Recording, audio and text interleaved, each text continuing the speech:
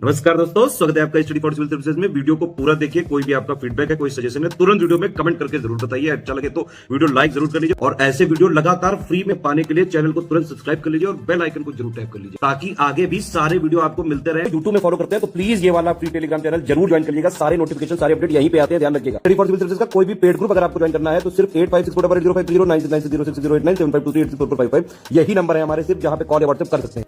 Instagram पे हमारा page जरूर फॉलो कर लीजिएगा, स्टडी फॉर सिविल .सर्विसेज है। ट्विटर पे हमको जरूर फॉलो कर लीजिएगा, @स्टडी फॉर सिविल्स है। नमस्कार दोस्तों, आप सभी का स्वागत है स्टडी फॉर एग्जाम्स में। दोस्तों, आज हम लोग इस वीडियो के माध्यम से UPSSC वीडियो री एग्ज़ाम के लिए मोस्ट इम्पॉर्टेंट टॉपिक के मोस्ट इम्पॉर्टेंट फैक्ट का क्विक रिवीजन करेंगे। वीडियो शुरू करने से पहले मैं बताना चाहता हूँ, UPSC RO BO वीडियो री एग्ज़ाम सहित हमारे कई पेड ग्रुप चल रहे हैं। अगर आप इन पेड ग्रुप से जुड़ना चाहते हैं तो ये हमारे दिए गए नंबर है, इस पर कॉल या व्हाट्सएप करके जो है जानकारी प्राप्त कर सकते हैं। तो आइए हम लोग वीडियो शुरू करते हैं। जनजाति आबादी। वर्ष 2011 की जनगणना के अनुसार भारत का जनजातीय समुदाय देश की जनसंख्या का 8.6% है। और अगर जनसंख्या की दृष्टि से देखा जाए तो सबसे अधिक आबादी जो निवास करती है जनजातियों की, वो आपके मध्य प्रदेश में निवास करती है। अगर प्रतिशतता के हिसाब से देखा जाए तो मिजोरम में सबसे अधिक जनजातीय समूह है और यह 94.4% है। जनसंख्या के हिसाब से देखा जाए तो सबसे अधिक आबादी मध्य प्रदेश में है। अगर प्रतिशतता के हिसाब से देखा जाए तो मिजोरम में सबसे अधिक जनजातीय आबादी है। 2011 की जनगणना के अनुसार भारत का सबसे बड़ा आदिवासी जो समूह आपका भील है और दूसरी सबसे बड़ी जनजाति जो आपकी गौंड है। यह तो आपके भारत के परिप्रेक्ष्य में है। उत्तर प्रदेश की जो सबसे बड़ी जनजाति समूह वो आपका थारू है। यहाँ पर जितने फैक्ट बताए जा रहे हैं वह आयोग द्वारा जो आंसर बताए गए हैं उनके अनुसार यहाँ पे आपको बताया जा रहा है। अगला आपका है ब्रू रियांग।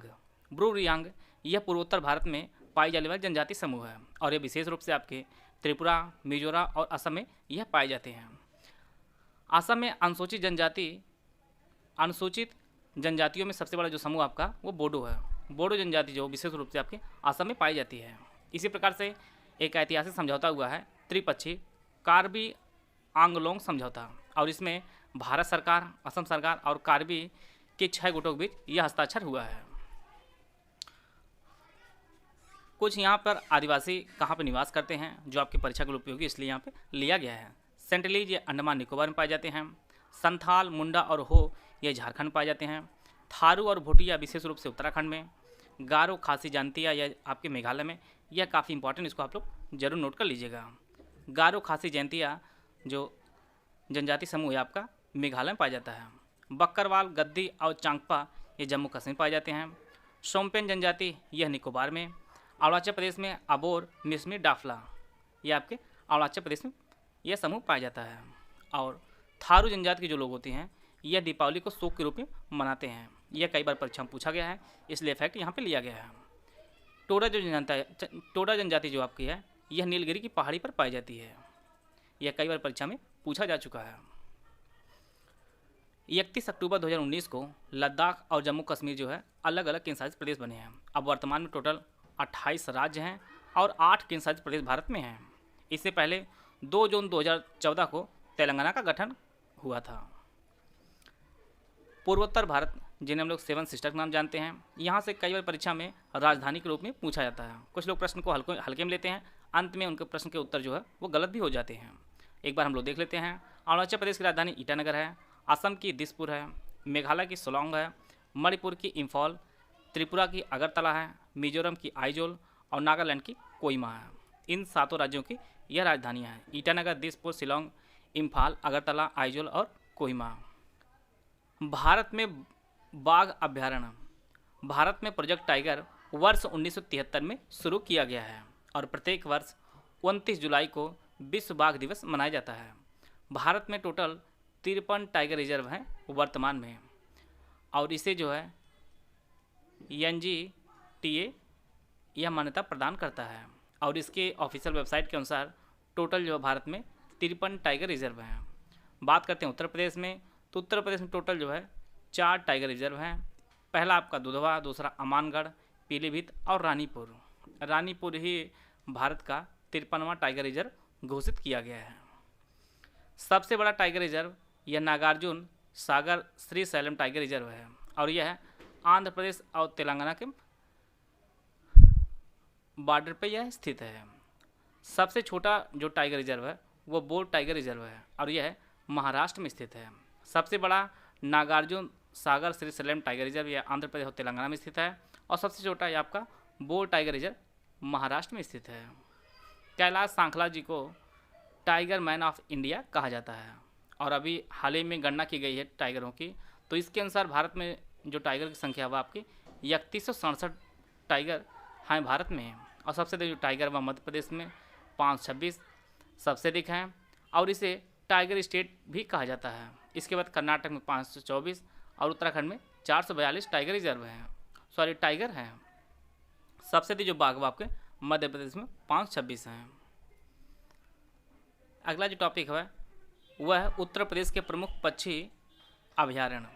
नवाबगंज पक्षी अभयारण्य आपके उन्नाव में है, सांडी पक्षी अभयारण्य हरदोई में, सुर सरोवर पक्षी अभयारण्य आगरा में और इसे कीठम झील के रूप में भी जाना जाता है सुर सरोवर को।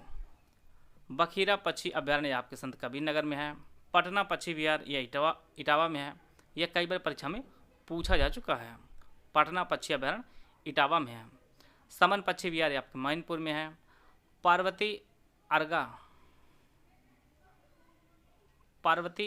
पक्षी अभयारण्य आपके गोंडा में है। सलीम अली राष्ट्रीय पक्षी उद्यान आपके जम्मू कश्मीर में है। पहला राष्ट्रीय उद्यान जिम कॉर्बेट नेशनल पार्क है और इसका पहले जो नाम था वह हेली नेशनल पार्क था और इसकी जो स्थापना है वर्ष 1935 में इसकी स्थापना हुई है। और जिम कॉर्बेट नेशनल पार्क के मध्य से रामगंगा नदी होकर गुजरती है। यह भी फैक्ट काफ़ी इम्पोर्टेंट है।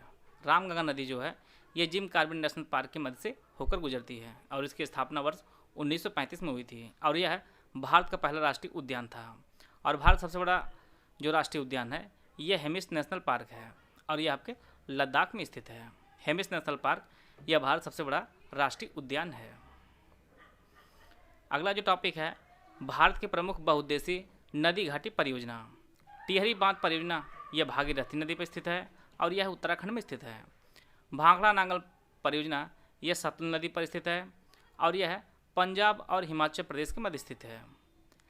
नाथपा झाकरी परियोजना यह सतलुज नदी पर स्थित है और यह हिमाचल प्रदेश में यह परियोजना चल रही है। बगलीहार, दुलहस्ती और सलाल जल विद्युत परियोजना है यह तीनों चीनाब नदी पर स्थित हैं और यह जम्मू कश्मीर में स्थित है। कई बार परीक्षा में प्रश्न पूछा है कि सलाल जल विद्युत परियोजना किस नदी पर स्थित है, तो यह आपके चिनाब नदी पर स्थित है। तुलबुल परियोजना यह झेलम नदी पर स्थित है और यह जम्मू कश्मीर में स्थित है। हीराकुंड बांध परियोजना यह महानदी पर और यह उड़ीसा में स्थित है। नागार्जुन सागर परियोजना कृष्णा नदी पर है और यह आंध्र प्रदेश और तेलंगाना की सीमा पर स्थित है। इंदिरा गांधी नहर परियोजना यह सतलज और ब्यास नदी के संगम पर पंजाब में स्थित हरिके बैराज से यह निकलती है। इंदिरा गांधी नहर परियोजना और इसे राजस्थान नहर या राजस्थान की मरुगंगा कहा जाता है। इंदिरा गांधी नहर परियोजना को इडुक्की परियोजना यह पेरियार नदी पर है और यह केरल राज्य में स्थित है। इडुक्की परियोजना। माता टीला बांध परियोजना यह उत्तर प्रदेश के ललितपुर में स्थित है। माता टीला बांध परियोजना और यह बेतवा नदी पर है। माता टीला बांध परियोजना। सतलुज परियोजना यह चिनाब नदी पर है और यह जम्मू कश्मीर में स्थित है। सरदार सरोवर परियोजना नर्मदा नदी पर और यह गुजरात में स्थित है। इस प्रकार जितने भी इम्पोर्टेंट बहुउद्देशीय नदी घाटी परियोजना हैं उनको हम लोग कवर कर लिए हैं। अगला जो टॉपिक है वह है प्रमुख खेल और संबंधित ट्रॉफी से। डेविस कप एक टेनिस संबंधित है, टेनिस का कप है। संतोष ट्रॉफी यह फुटबॉल का एक कप है। इसी प्रकार से थॉमस कप बैडमिंटन से संबंधित है। उबेर कप बैडमिंटन संबंधित है। उबेर कप जो होता है यह महिलाओं के लिए होता है और थॉमस कप यह पुरुष बैडमिंटन का होता है। इसी प्रकार से सुल्तान अजलान शाह कप जो है यह हॉकी का एक ट्रॉफी है। इसी प्रकार से बैटन कप यह एक हॉकी का एक प्रतियोगिता है। डूरंट कप यह फुटबॉल संबंधित है, फुटबॉल की एक प्रतियोगिता है।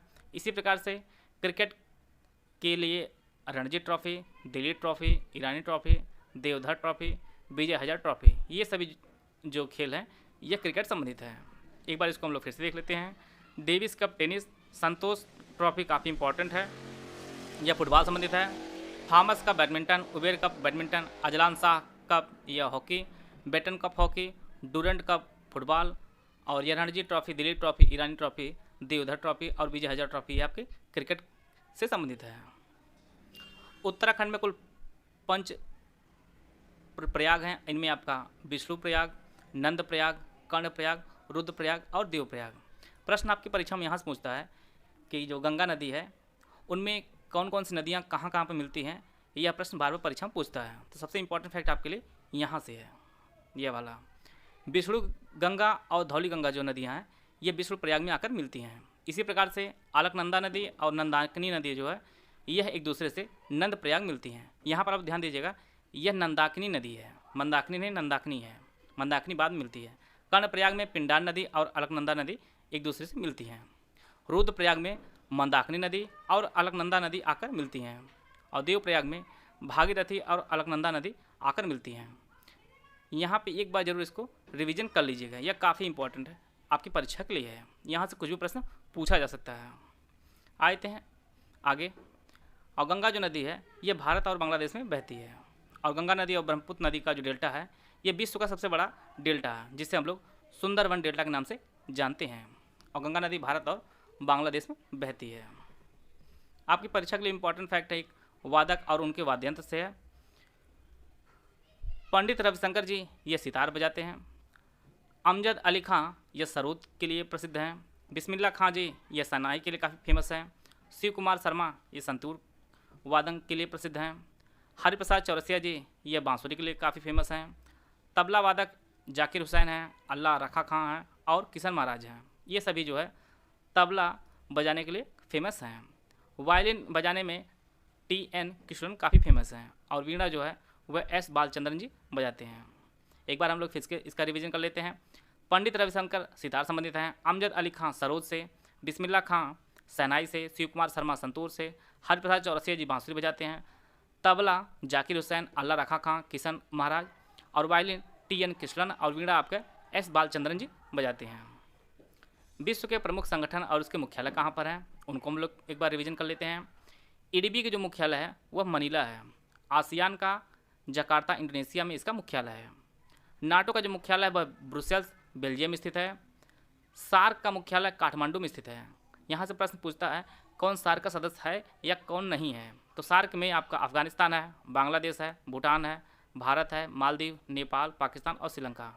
ये टोटल 8 देश हैं सार्क के, और इसका जो मुख्यालय आपके काठमांडू में स्थित है। संयुक्त राष्ट्र पर्यावरण कार्यक्रम UNEP के जो मुख्यालय है आपका नैरोबी में है। इंटरपोल का मुख्यालय लियोन्स फ्रांस में स्थित है। विश्व व्यापार संगठन WTO का जो मुख्यालय आपका जिनेवा में स्थित है।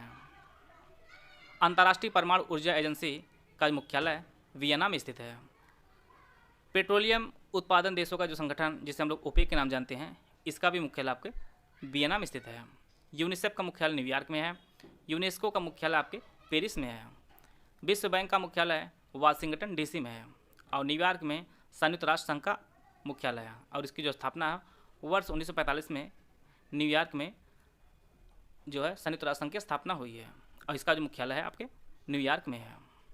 अंतर्राष्ट्रीय मुद्रा कोष का मुख्यालय वाशिंगटन DC में है। विश्व खाद्य कार्यक्रम का मुख्यालय आपके रोम इटली में है। विश्व स्वास्थ्य संगठन का मुख्यालय जिनेवा स्विट्जरलैंड में है। अंतर्राष्ट्रीय न्यायालय का मुख्यालय हेग नीदरलैंड में है।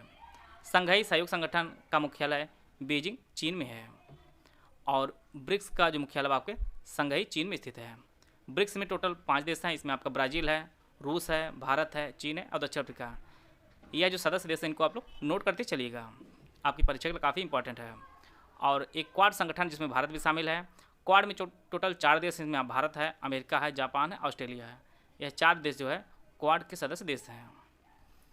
अंतर्राष्ट्रीय बाजरा वर्ष 2023 को घोषित किया गया है संयुक्त राष्ट्र संघ द्वारा, और इसी प्रकार से एक्वाकल्चर का अंतर्राष्ट्रीय ईयर जो घोषित किया गया था वो वर्ष 2022 को घोषित किया गया था। 2023 वाला काफ़ी इंपॉर्टेंट है। अंतर्राष्ट्रीय बाजरा वर्ष संयुक्त राष्ट्र के सुरक्षा परिषद के जो अस्थायी सदस्य हैं वो टोटल 5 हैं। इनमें आपका संयुक्त राज्य अमेरिका है, रूस है, फ्रांस है, चीन है और यूनाइटेड किंगडम है। टोटल जो है 5 इसके अस्थायी सदस्य होते हैं, और 5 इसके अस्थायी सदस्य होते हैं संयुक्त राष्ट्र के सुरक्षा परिषद में।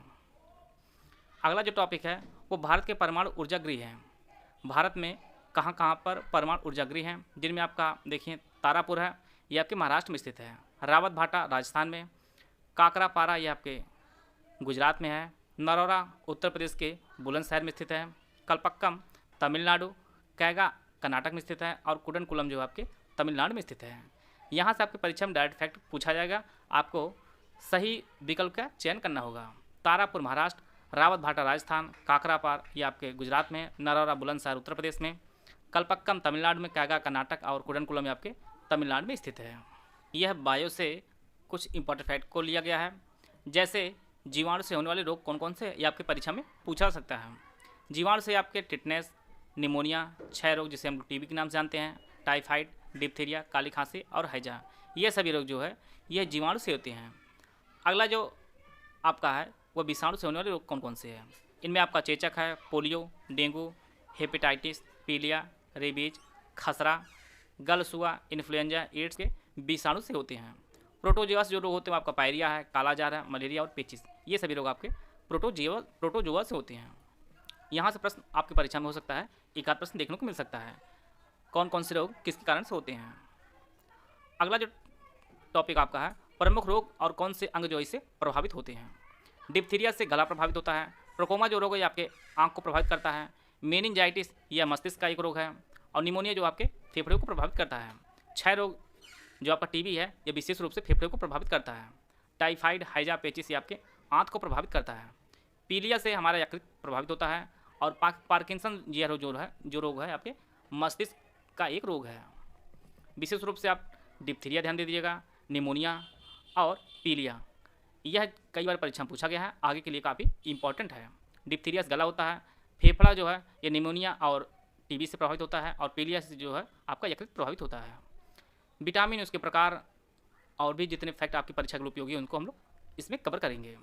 विटामिन के प्रकार जो है, विटामिन 2 प्रकार का होता है, एक वसा में विलय विटामिन, दूसरा आपका जल में विलय विटामिन।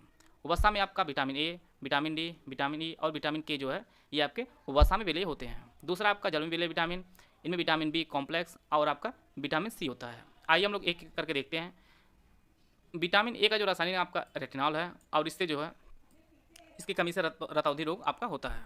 दूसरा आपका विटामिन B1 है, और इसका जो रासायनिक नाम आपका थायमिन है, और इसकी कमी से बेरी रोग होता है। B2 का रासायनिक नाम आपका राइबोफ्लेविन है। आप लोग जो विटामिन के रासायनिक नाम है इनको नोट करते चलेगा, विशेष रूप से B1 वाले जो B सीरीज के हैं, B1, B2, B3, B6, B12 ये, क्योंकि परीक्षा में यहाँ से प्रश्न बार बार पूछता रहता है।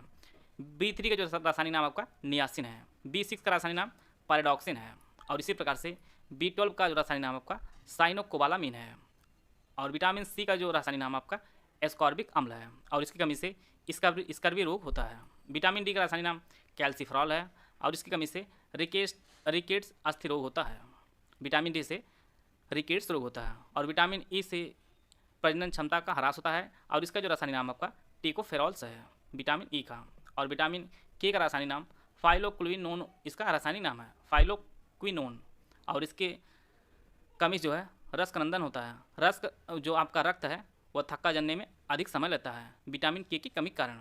ये काफ़ी इंपॉर्टेंट है विटामिन के हमारे शरीर के लिए। टोक्यो ओलंपिक 2021 जो आयोजित किया गया था, टोक्यो जापान में आयोजित किया गया था, और इसमें पदक तालिका में जो पहला स्थान रहा वो आपका संयुक्त राज्य अमेरिका रहा है। इसमें टोटल 39 गोल्ड, 41 रजत और 33 ब्रांज पदक सहित टोटल 113 पदक इसने जीता है, और इसी के साथ यह पहले स्थान पर रहा है। दूसरे स्थान पर चीन रहा है, जिसने 38 गोल्ड, सिल्वर 32 और ब्रांज आपका 19, टोटल जो है 89 पदक सहित चीन दूसरे स्थान पर रहा। तीसरे स्थान पर जापान रहा, जिसने 27 गोल्ड, 14 सिल्वर और ब्रांज 17, टोटल जो है 58 पदक सहित जापान जो है तीसरे स्थान पर रहा है। भारत ने टोटल 7 पदक जीता था, जिसमें 1 गोल्ड, 2 सिल्वर और 4 ब्रांज सहित टोटल 7 पदक जीता था, और इसके साथ भारत जो है 48वें स्थान पर रहा पदक तालिका में। आइए हम लोग देखते हैं कौन कौन से किसने पदक जीता है। नीरज चोपड़ा ने गोल्ड मेडल जीता है ओलंपिक 2021 में। मीराबाई चानू सिल्वर, रवि दहिया सिल्वर पदक जीते हैं। पीवी सिंधु ब्रांज मेडल जीती हैं। लवलीना बोरगोहेन जो है ये आपकी ब्रांज पदक जीती हैं।